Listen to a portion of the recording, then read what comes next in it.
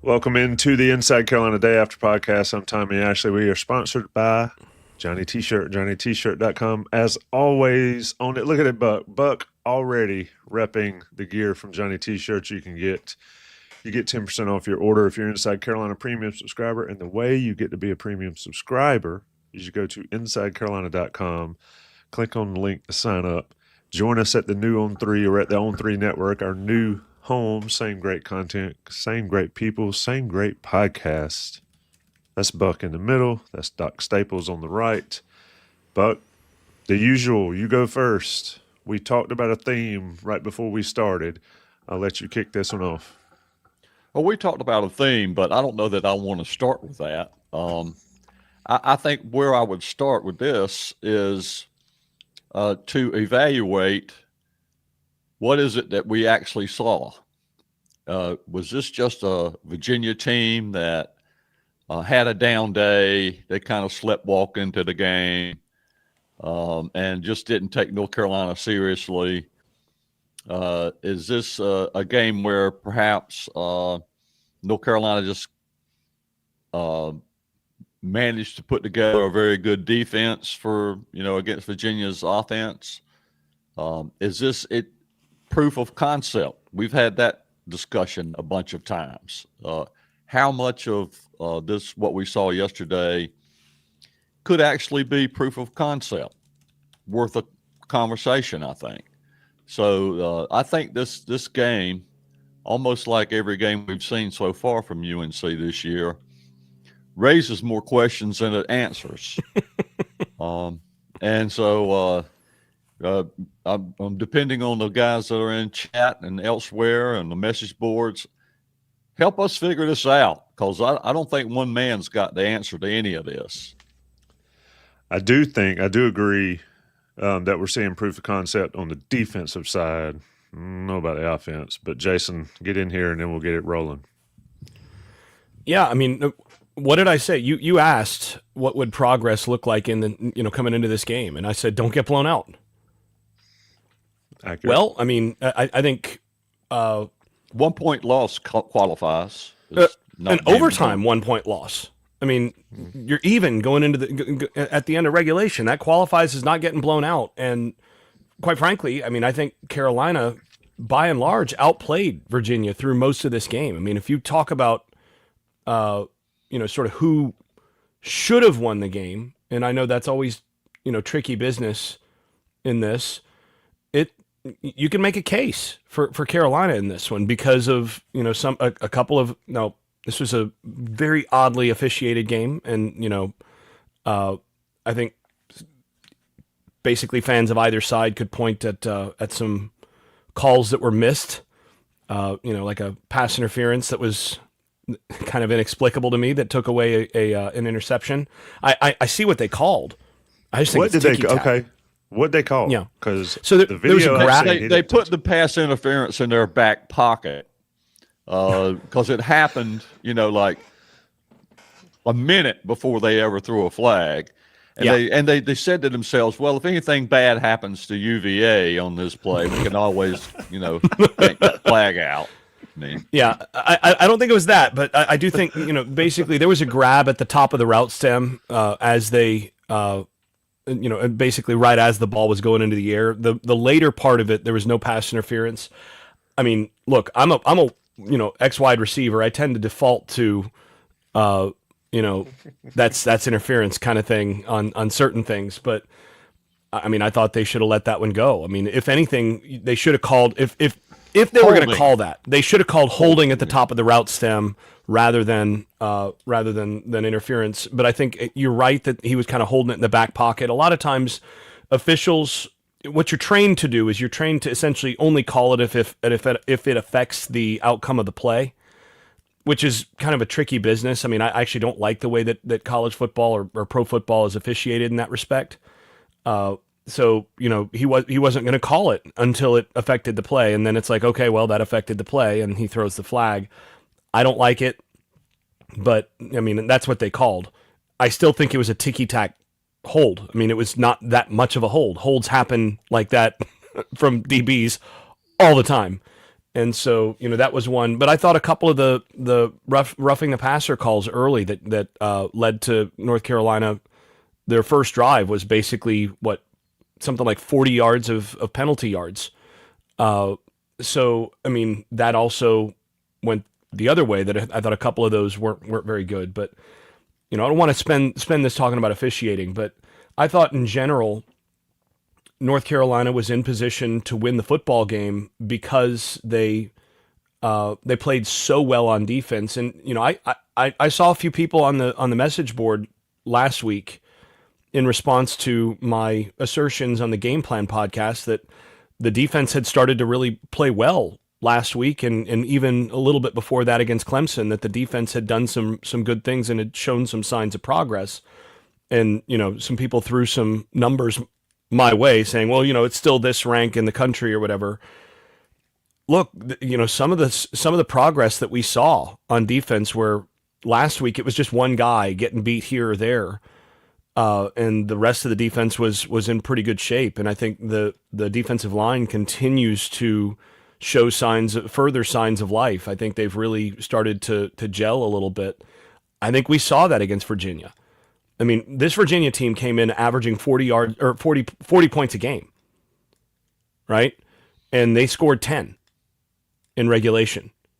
And and it wasn't one where they scored 10 and had tons of opportunities and just, blew opportunities in the red zone or whatever. Virginia averaged 3.8 yards per play. They got shut down. Now, yes, their most explosive wide receiver didn't play in this game. I think that was a factor. Yes, they were banged up in some areas. Fine. But that's not worth 3 yards a play. What happened is North Carolina's defensive line got after him and beat up that Virginia offensive line in a way that nobody else has this year. When was the last time we talked about that with North Carolina? Where North Carolina's defensive line... They stoned them. Stoned a pretty good... I mean, Virginia's been a good offensive line all season. They push people around up front, and which is crazy because they have like four initial starters from camp are out on the Virginia offensive line, and they've still been good. So, that's been maybe the biggest surprise of the season. When I saw those guys get hurt in camp, it was like, okay, that's going to be a 3-win Virginia team or whatever. They've come in and they've played well up front. And North Carolina went out and dominated those guys up front. And other programs, other teams haven't really done that this season. So, I mean, to me, that's the takeaway I'm walking away from with this game is North Carolina actually, this was what we kind of expected. We thought there would be other potential limitations. All of us were a little skeptical about certain things offensively. But we did feel like, look, you hire Bill Belichick, you got Steve Belichick coaching the defense and all that. There's going to be a defense that should be pretty good at maximizing its use of its pieces and should get better over the course of the season, as Belichick defenses always have. Well, maybe this game is our sort of second indication, because I think Cal, we already saw some of that, but this game is the first real, obvious indication that they've taken a step towards that maybe you're starting to see some of those returns and a little bit of proof of concept on the defensive side. So that's my big takeaway. Buck, and I'm a couple things. I thought the review on when Chandler Morris was down short of the line to gain, I guess it was in overtime. I think it was in overtime. His butt wasn't even at the line of scrimmage. Yeah. I mean, his butt wasn't even at the first down line, and the ball was on the other side of him. They gave him the first down. Anyway, refs, they never do the right thing with spots on reviews. It's that drives me crazy, because even when it's pretty obvious, they always come back of, well, it's insufficient. We just don't have enough, the right camera angle. And it's like, learn a little bit of trigonometry, guys. I mean, it's not that hard. Look at where he fell. Yeah. And it's I wasn't watching the game, so I didn't see the insight into the replay booth, but I'd have been wondering to know what they're talking about there when, like I said, his butt wasn't even to the line to gain and the ball was on the other side of him. Anyway, Buck, talking about defense, and folks in the chat are asking about the play and overtime and all that. We'll get to the offense on the other side of the break. But Buck, on the defensive side, I'm looking at PFF numbers, and this is where I don't understand them, and I don't want to dig too much into them. Tyler Thompson was number one. Obviously, that's well earned. He's played well. But Simpson, Lewis, Marcus Allen, and DeAndre Robinson also all had terrible tackling grades on PFF. Marcus Allen's, I understand, because the missed tackle that resulted in a touchdown. That's another thing we can talk about. But, Buck, your overall point that Jason's talking about, this defense, this is why I'm turning slightly that this can work because of what we're seeing on the defensive side. Now, we'll talk about the offense, and that's a different story. But this defense, to Jason's questions, when was the last time we talked about North Carolina's defensive line being dominant? Yeah, it's been a long time. And there's a couple of specific things that we could talk about in relation to this defense in this particular game or just overall. One is, for the last 2 weeks, the North Carolina defense has made a decent quarterback look bad. That's not a coincidence. If you can do it 2 games in a row and you're making the quarterback look less than what he looks like against other teams, you're doing something right. And how big a change is that from what we've seen? That's a big change. And the other part of it is they're doing it in the back end of the defense basically with younger players. Greg Smith, Jaden Patterson, those guys, they've getting some help, obviously, from guys like Gibson and Will Hardy's played well. There's been some really good effort on the back end of the defense. And I do think Marcus Allen is getting jobbed in general just based on his reputation in some ways. But they're doing it really well on the back end of the defense. Here's the other thought I'll have about the defense. Belichick had the reputation for designing his defenses to fit against certain schemes. And twice now, we've seen Mekhi Bayer, I guess is how you pronounce his last name, come into a game and have a hell of a game as a third linebacker. Whereas this is only really, I think, his second game that he's played in where he got a lot of snaps and they just played a bigger lineup against Virginia. I guess they wanted to make sure they didn't give up 200 yards rushing to Virginia, which was what they were averaging, and consider they got nothing basically on the ground against UNC. So that part of his genius is still alive and well in terms of, hey, here's how we can tweak the defense that we have to fit against this particular team. It's better for us to have Bayor on the field more often in this game, and we'll be more successful if we do. That part of his brain is still functioning. I think we can just go ahead and say that. And there are other aspects to the defense we could go down into detail with, but Abu Jaide just was a beast yesterday, just absolute beast. And there was good defensive line play. C.J. Mims set the tone of the day with a sack on the very first Virginia possession. Smith Velbert looked good at times. There were several people on the defensive line that just are stepping up and I guess feeling more comfortable in this defense. So I think that in terms of the proof of concept discussion, we're seeing a little bit of that in terms of Belichick's awareness of how to design a defense to play against a particular team. I agree with all that. Jason, looking at Greg Smith is a guy that he's the safety that I've been wanting to see Carolina have for years. We talk about Cam Chancellor and a big safety that wallops. He's potentially that guy. But Jason, the one beef I have with the defense yesterday, and this is the difference in the game. If you watched Carolina's last play, which we'll talk about later, folks, we're going to talk about the offense, I promise. Ben Hall has one guy coming at him. He gets past that one guy and he's about to lunge, and there's another guy there to tackle him, stop him short of the goal line. On Marcus Allen's missed tackle. You beat me to this. Nobody runs to the ball and helps with that. They assumed that he was going to get him on the ground. That's the one beef I still have with the defense. Everything else, hey, I'm all about it. This is the best defense I've seen play. And Buck's point about making a good quarterback look bad, Grayson Loftus torched Mac Brown's defenses 2 years ago. And Grayson Loftus might be the worst quarterback in the country based on his performances in Charlotte. And I know it's a different team and all, but progress, people. Wins and losses matter, but progress. Jason, your thoughts on that play specifically I'm mentioning, and then what else before we wrap the defensive side up? Well, you beat me to this because no matter what your question was, I was going to that play and that exact thing. So we're sharing a wavelength here, which is, I'm not sure if that's good or bad. I think might be dangerous, but yeah, if you go back and watch that, I've been actually tempted to make that one of the plays that I break down this week, because if you go back and watch that, Kamori House is actually in position to share in on that tackle and then slows up and watches. And then when you see the tackle get broken, House just kind of like, oh, shoot, and then it's too late.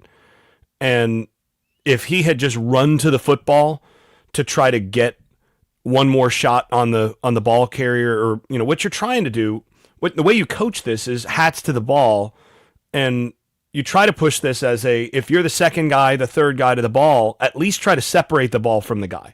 But you're at least play through the whistle, those sorts of things. You never assume your guy's going to get him on the ground. That's if Kamori House did that tackle, that broken tackle on Marcus Allen leads to like 2 more yards because he's completely in position to make that play. And frankly, he just got lazy. It was a loaf, just a low effort play. And yeah, that it was unfortunate because he chose a bad time to loaf. There's never a good time to loaf, but he chose an especially bad time to loaf. And, that costs you points. Because, do we know that they score? If he does that, if he doesn't do that, do we know that they score on that drive? So, and actually, Virginia, you could see that they're coached to do this, and they actually took a penalty or two. There were actually a couple that were marginal that weren't called, but there was the one where they had a guy that kind of dived on the pile that actually cost them 15 yards on that. But Virginia, over and over and over again, as a guy's going down, you see one more guy trying to get a shot in the ball carrier.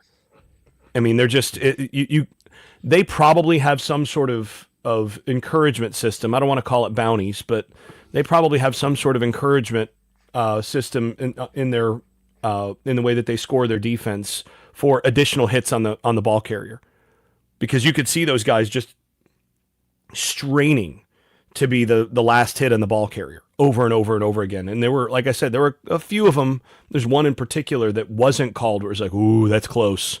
I might have been reaching for my flag in that one, but you just don't see that from Carolina. And to me, I'm a bit old school. I mean, remember, Mickey Andrews was the defensive coordinator where I was. He firmly believed in playing through the echo of the whistle, maybe a little beyond the echo of the whistle, to try to get extra shots in on a ball carrier. And that was the culture.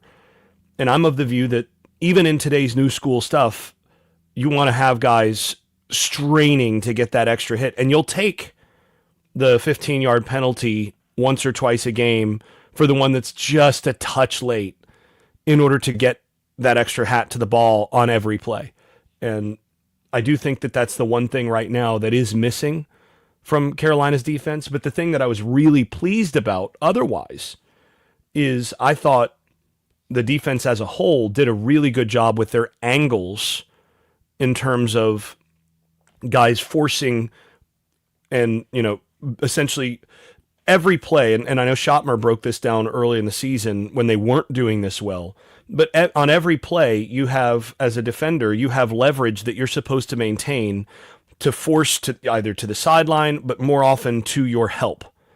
And over and over again, I thought Carolina did a pretty good job in this game of the alley players playing the alley, the force player is playing the force, the contain is playing contain, and just guys doing a really good job where you'd see the 3 points of leverage guys handling their job correctly.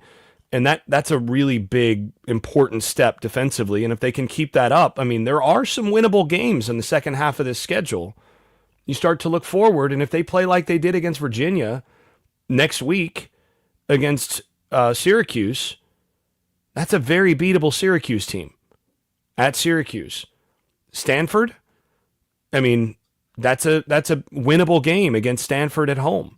Wake Forest, that's a winnable game. I mean, Duke is better than you at this point, but that's winnable. And NC State, these are all winnable games if you play like you did against Virginia. You're not going to win any of them with 10 points. Maybe Wake Forest. I mean, they just won 13-12 last night. But, maybe that. But, you're going to need to score more than 20 points in these games, which is going to be the trick. But they're playing now well enough defensively, and this is what our focus is on this part of the show. They're playing well enough now defensively to be in position to win any of the games left on their schedule if they play like that defensively. They're just going to need more on offense. We'll certainly talk about it. A couple other things before I take a break here is hats to the ball matter. Virginia's had 9 fumbles and recovered them all. Virginia plays that way on offense as well. I mean, they get some lucky bounces, but they're always around the football on both sides of the ball, and they recover their own fumbles. And to your point about forcing guys to help, the play by Greg Smith on the screen where he forced the – I mean, that was the one I had in mind, actually. That was one of the plays that I thought of Buck Sanders, warms the cockles of my heart. Because how many times have we seen that get blown up or the receiver blow up the DB and that play gets outside and it's a race. So a lot of good there from the defense. We'll talk about the offense, talk about Johnny T-shirt. I mentioned him in the first of the show. Get your premium subscription here so you can get Jason Staples' film breakdown, Buck Sanders, Buck Stops Here columns, and all the rest of the Inside Carolina premium content. There is a ton of it coming. Obviously, basketball season is just ahead. We've got a ton of basketball shows, but Inside Carolina's premium subscription gets you all the valuable insight to all of that. Go to InsideCarolina.com, sign up, get your stuff, and you're good to go. Now let's talk about the offense. Buck, I do not agree with you that the offense did enough to win. I believe a competent offense yesterday beats Virginia by two touchdowns at least on with that defensive performance. But at any rate, I'll let you go and we can talk about it. Well, woulda, coulda, shoulda is always going to come into play, after every game. But this particular game, second time in the same number of weeks, they had a guy fumble the ball into the end zone. That's 7 points right there. You're taking off the board. I mean, immediately you're down 7 points that the offense actually produced. That was a hell of a drive that took them down there, and they fumbled the ball. Pace for, God bless his heart, fumbled the ball into the end zone, or I guess at the 1 yard line, according to whoever. It's more like the 6-inch spot. I mean, yeah. Good Lord, that was close. Yeah. So you've got that 7 points. So let's make it 17 at the end of regulation, plus a field goal that Verhoff is almost never going to miss. It was his first miss inside of 50 yards, although I've seen some people credit it as a 50-yarder. On the tube, they called it a 49-yarder. It's only kick inside of 50 he's missed all year. That makes it 20-10 at the end of regulation.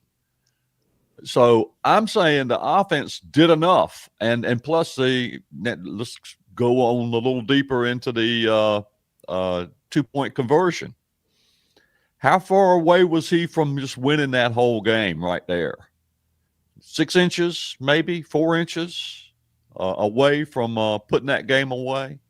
Now, again, it's woulda, coulda, shoulda, and we're not trying to claim moral victory here. It sounds like it, but truly, as I pointed out in my column, after everything that I say, the next sentence should be UNC lost the game. So UNC lost, credit Virginia. I think they got extremely lucky to walk out of there with a win yesterday. Virginia is the luckiest team in the country right now. There's no question about that. I mean, you think about it.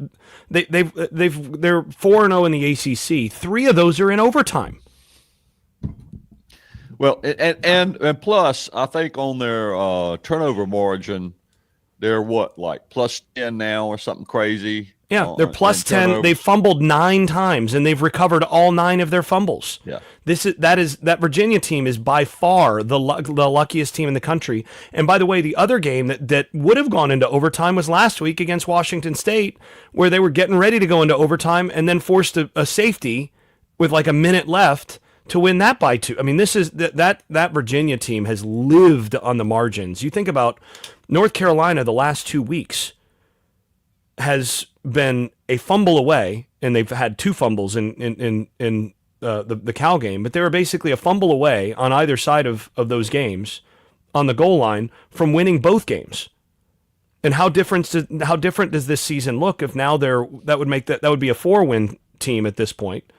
And if Virginia goes the opposite direction on the 3 games that have gone into overtime, they're 1-3 in the ACC, and their season looks completely different as well. So one or 2 of their fumbles goes the other way, and they're where North Carolina is, and North Carolina is where they are.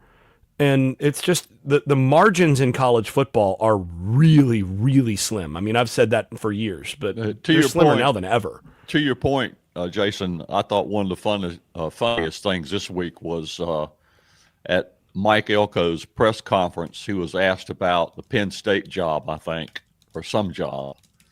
And Elko said, 3 weeks ago, you're all talking about me getting fired, and now you're talking about me taking a job someplace else. I mean, that's how close the margins are in this game anymore. But, as far as North Carolina's offense goes, again, they really had like 3 interchangeable running backs that all averaged over 4 yards a carry anytime they wanted to carry the ball. They could have done more of that. They could have run the ball more, I think. And one thing that I got all the way to the end of my column and had to remind myself to mention in the article was Gio Lopez. He is now looking like somebody that you don't have to worry about every time he has the ball in his hands. He's getting a little bit more competent with it. So Gio's playing better. The offensive line, again, I think had a good game. For the most part, they did what they needed to do.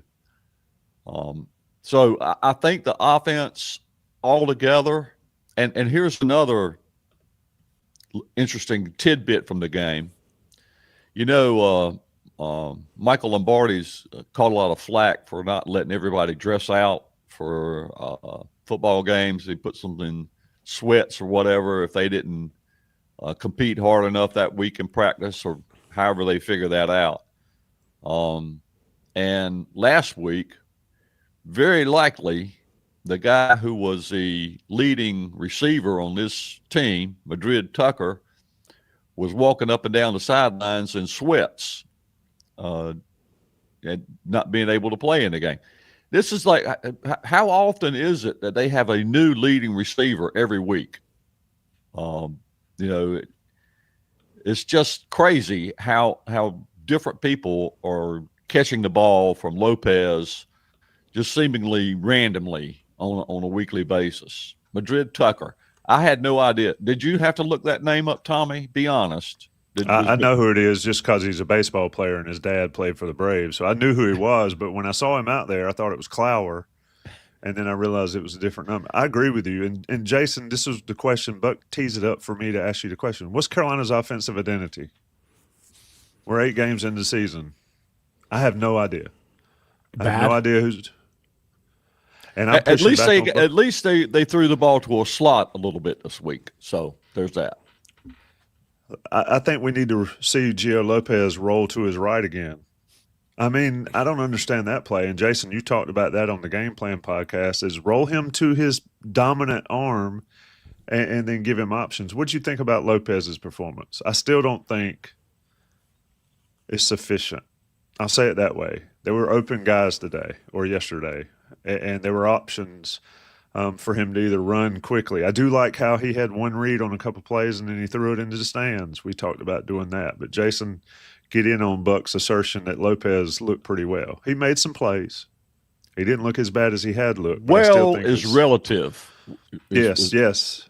You know, well is relative, in my opinion.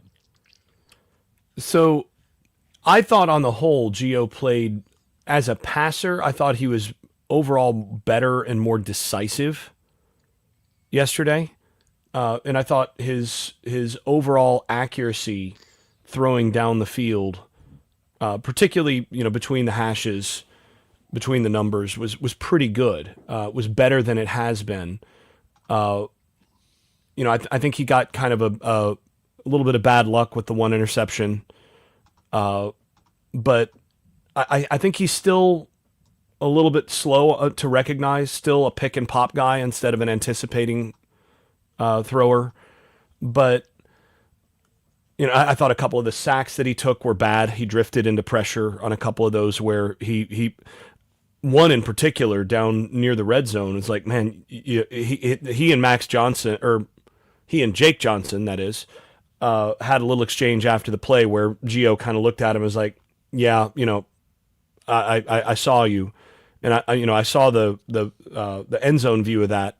It's like, oh, if Gio just is playing with a little bit more confidence, then instead of climbing into pressure in the pocket there, he gets that out to the right shoulder of the tight end, and that turns into a first down inside the 10-yard line. And it's some of those things that are still not happening. But I did think on the whole he played better than he has for most of the season, especially as a passer. I mean, they threw 36 times with him, and he did have some push the ball down the field moments. And you think about how different this game looks and how different this game feels. And we keep talking about this, the ifs, but how different does this game feel if instead of 1 touchdown, 2 interceptions, he has 2 touchdowns, 2 interceptions, because you have Paysor not fumble on the goal line. So all of a sudden, or let's say that's not a touchdown, but you just punch it in the next play, that feels different. How different does this game feel if Madrid Tucker comes down with that play at the very end of regulation, which was a really well-thrown football down the sideline? I think it's important not to just judge by outcomes. Even the last play, I mean, I'm seeing people ask about that, and we should talk a little bit more about that as well. But, I'm seeing like, well, watch, he dropped too far back on that play. He took too long. Yeah, probably. He did come back. He did drop back a little bit on that, but there's a reason for that. The reason that he, and I'm looking at this right now on the whole 22, the reason that he dropped back the way that he did is because they got a different coverage than what they were looking for here. This is exactly, as it turns out, Carolina ran exactly the same play call, even down to the motion that Alabama ran with success in a similar situation in their comeback win against South Carolina. Alabama ran it, and the back walked into the end zone. It was actually, I think, the receiver that they'd lined up to come back into the backfield. I think it was Jeremy Bernard. But Alabama got it, and the receiver walks into the backfield, and the quarterback just gets it out quickly. You go, well, Alabama's quarterback gets this out, at the right time. But if you watch the two, Alabama drew man coverage in that case. And so the play worked exactly as it's supposed to against man, and the motion guy, the back, spits out, and there's no one within 5 or 6 yards, and it's an easy situation. In this case, Virginia matched up in zone, which is not actually that common in this kind of 2-point play environment. A lot of times you're going to get some form of man. And Virginia matched up in zone, and if you look at what Gio Lopez is looking at down the field, there really isn't anything there. He could get this out to the back right away, but there's 2 guys right there. that are sort of between the back and the goal line. So he's trying to give the back a chance outside and trying to hold this a little bit later to give the back a chance. That's not on Lopez. That's just you got out-chalked by the defensive coordinator who, changed it up on you a little bit, and then by the defense being really disciplined in response to this particular little slip play.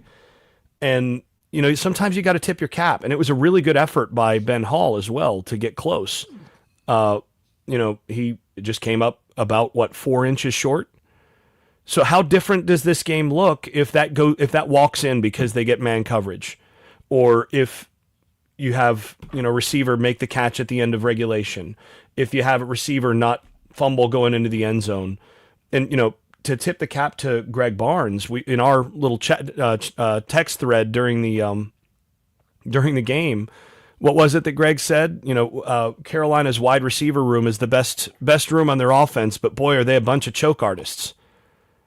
The wide receivers for Carolina it's been the best overall. It's the most talented room on the team, I think, and I think you guys would probably agree as well. Ship had a very underappreciated day yesterday. Yeah.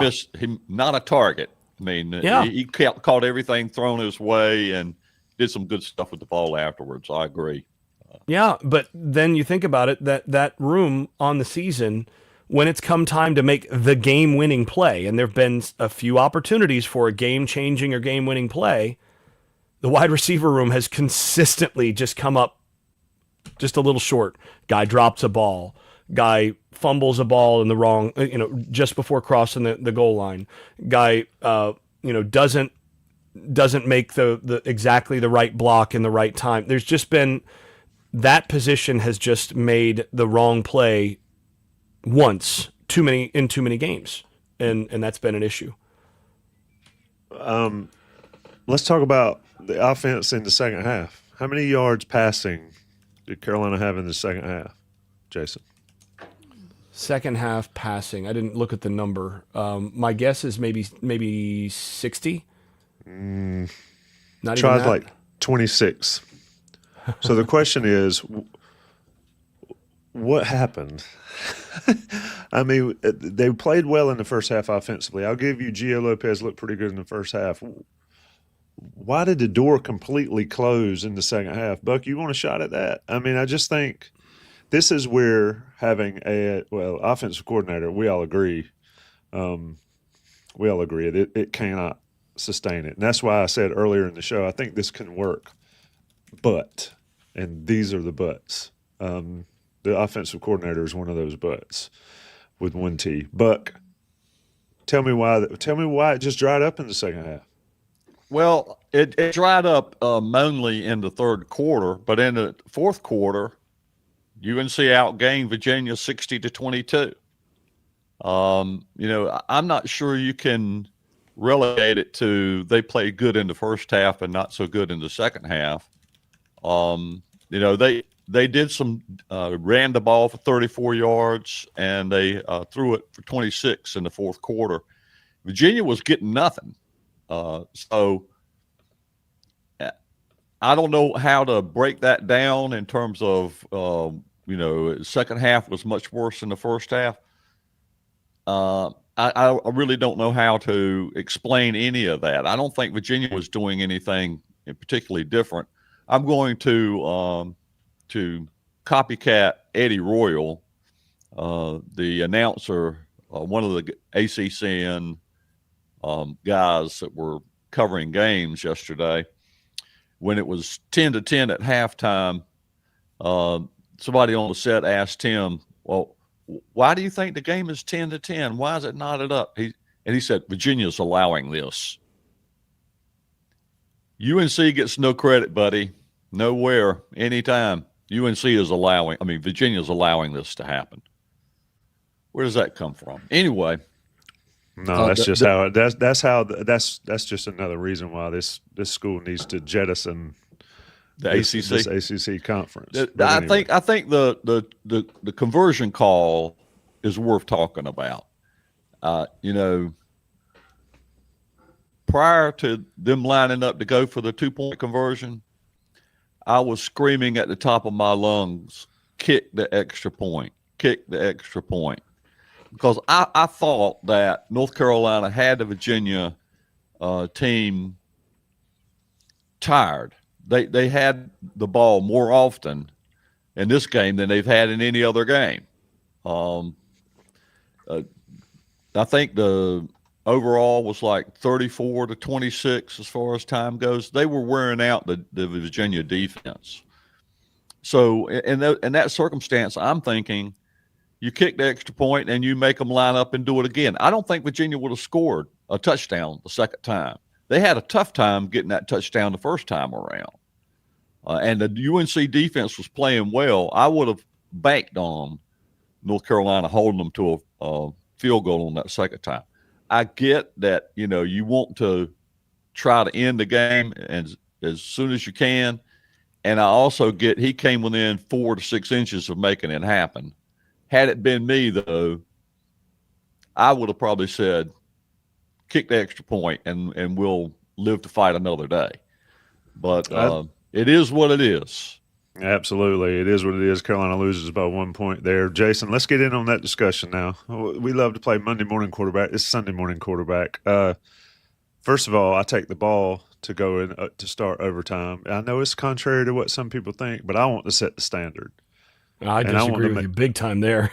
Well, here's my rationale. I want to set the standard. I want to put the pressure on the opposing offense to decide, especially when you have an offense like Carolina that's not great. I want to know if I need 4 downs to score or to get a first down, or I can live with a field goal. Anyway, back to the decision to go for 2. You got to go for 2 at some point in overtime anyway, most likely. I was 100% cool with them going for the win right there. What'd you think, Jason? So normally I agree with you in terms of the approach there. I think the default, the normal call there, the appropriate, the analytics would say go for it, go for 2, because you're gonna have to go for 2 most likely in the second overtime anyway. So if you've got a play that you really believe in, if you've got something that you've studied, that's the time to use it. The problem is that I think situationally, I actually kind of agree with Buck in that I think as the game don't sound so shocked. I'm shocked. No, Jason always agrees with you, Buck. No, I mean, the reason that I'm looking at that I'm thinking about this is it's not just that they had, I think Virginia was kind of worn down. It's that I was looking at Chandler Morris, and Morris was really hurting. Like, he was banged up by that point in the game. And are you in a position to potentially be able to hold them to a field goal in the next one?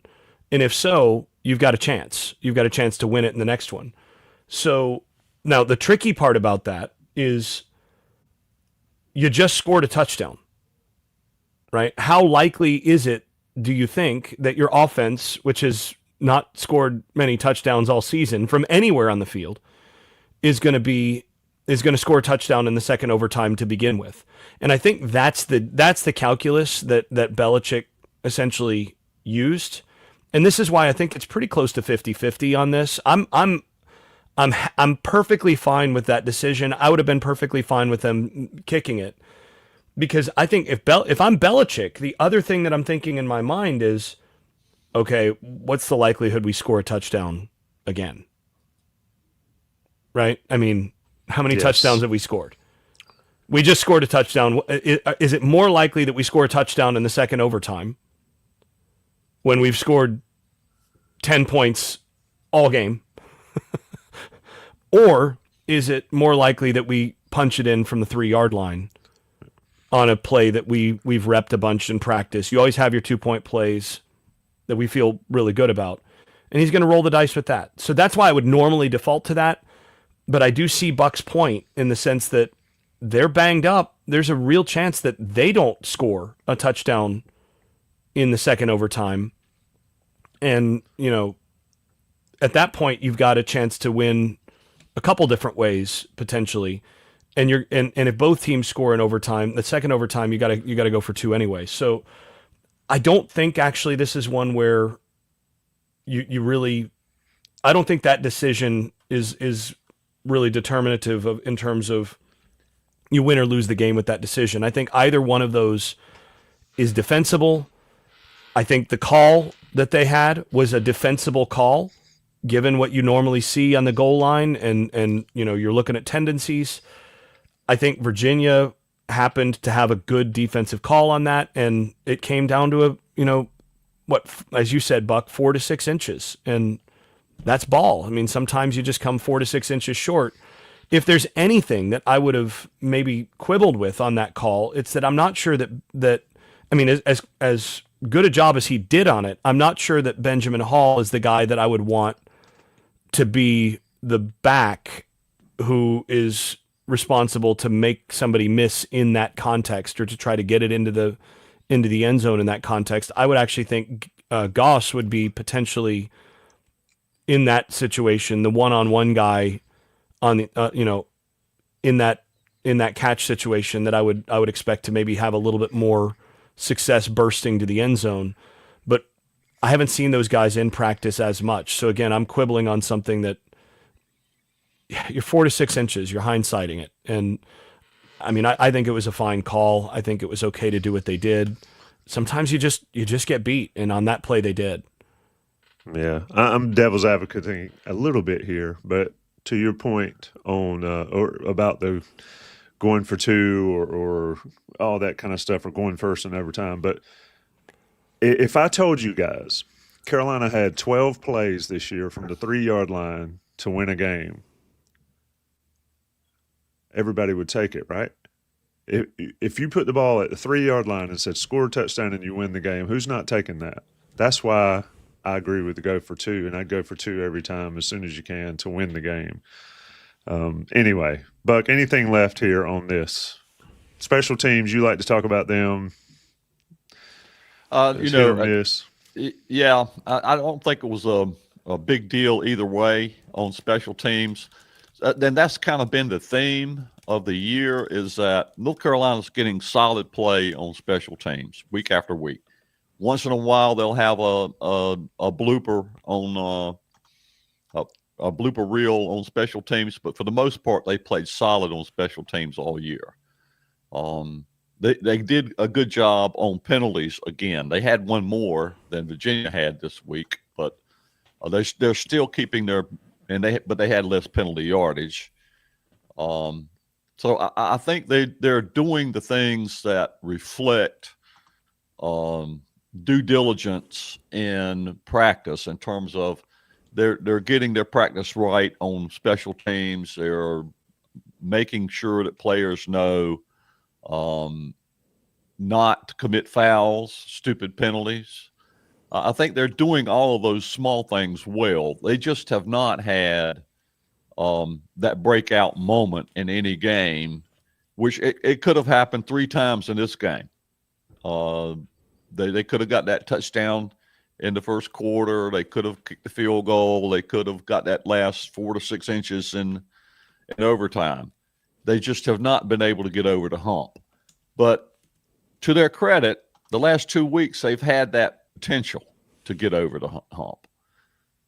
In the first several games, they didn't. They were getting blown out by everybody. And so I see that Belichick's point that the team is getting better. I think that's defensible. I think that's true. But they're going to need some breaks offensively, I believe, to turn this season into a positive, which could still happen. And I'm going to go on record right now as saying North Carolina matches up really well with NC State this year as a matchup. Just like, so, I will say on the special teams front, they could have done a little better on the punt coverage in at different points, but it's nitpicking a little bit. But I think by and large, yeah, I agree. Looking at the penalties, Bo Burke got credited a penalty on stats, and he didn't play a snap. So he catching strays over there, just standing on the sidelines. And the phantom call on Marcus Allen too. I mean, yeah, truly, you can't interfere with a pass if the ball is not in the air? My opinion. How do you interfere with a pass unless the ball's in the air? If it's not in the air, then it's holding, right? We're talking about ACC officials, man. We're talking about ACC officials, man. Jason, you had a point you wanted to make. Yeah, so I've been going through as Buck's been talking. I've been going through the all 22 of all the pass plays in the second half, and honestly, the biggest difference is Virginia just started winning at the line of scrimmage. Virginia's defensive line really owned the line of scrimmage when Carolina dropped back to pass in the second half, and through the third quarter, I mean, Gio Lopez had 0 penalty yards, or 0 passing yards, that is. Sorry, I just read the word penalty. But Gio Lopez had 0 passing yards in the third quarter, and it's partly because every time he dropped back to pass in the third quarter, he got absolutely blitzed. I mean, well, not blitzed, he got obliterated. I mean, and they were doing it with 3 and 4 man rushes for the most part. They had 1 5-man that I saw, but he got lit up. And, you think about like the one in the end zone, for example. They're coming out of the end zone. He drops back to pass, and the moment he turns to throw, he's getting hit from the outside, and it very nearly was called a safety because of grounding, because the ball didn't get close to the intended target. But fortunately, in that case, the officials acknowledged that, okay, he's probably throwing to that guy way up there, but the ball just came out weak because he got drilled.